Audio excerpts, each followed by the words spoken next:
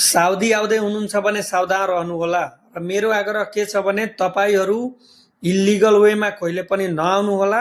साथै तपाईहरूले visa check गर्नु र गुगलमा गएर तपाईहरूले कम्पनी कन्फर्म गर्नु है। र कुन कुन डकुमेन्ट चाहिन्छ म तपाईहरूलाई बताउने छु। सुरुमा तपाईहरूलाई पासपोर्ट चाहिन्छ, त्यसपछि पासपोर्टमा नै तपाईँको पासपोर्ट नम्बर हुन्छ र डेट अफ बर्थ हुन्छ।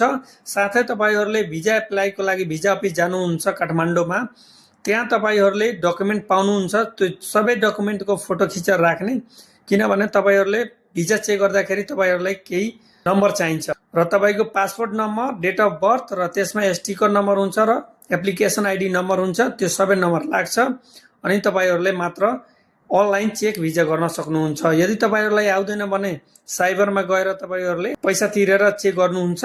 यदि तपाईहरूलाई जान्नु इच्छा छ भने अनलाइन कसरी चेक गर्नु छ भनेर तपाईले कमेन्ट गर्नुहोला।